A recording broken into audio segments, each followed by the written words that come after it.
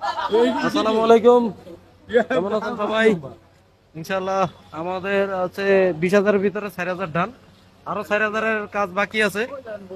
ইনশাআল্লাহ আজকে শুরু করলাম।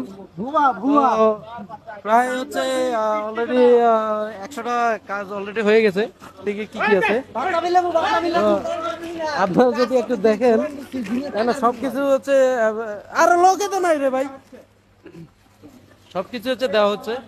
ইনশাল্লাহ আমরা হচ্ছে প্রসেসিং যদি শুরু হয় বা হচ্ছে আমরা সকালের ভিতরে এগুলো হচ্ছে লোড করা হবে গাড়ির ভিতরে।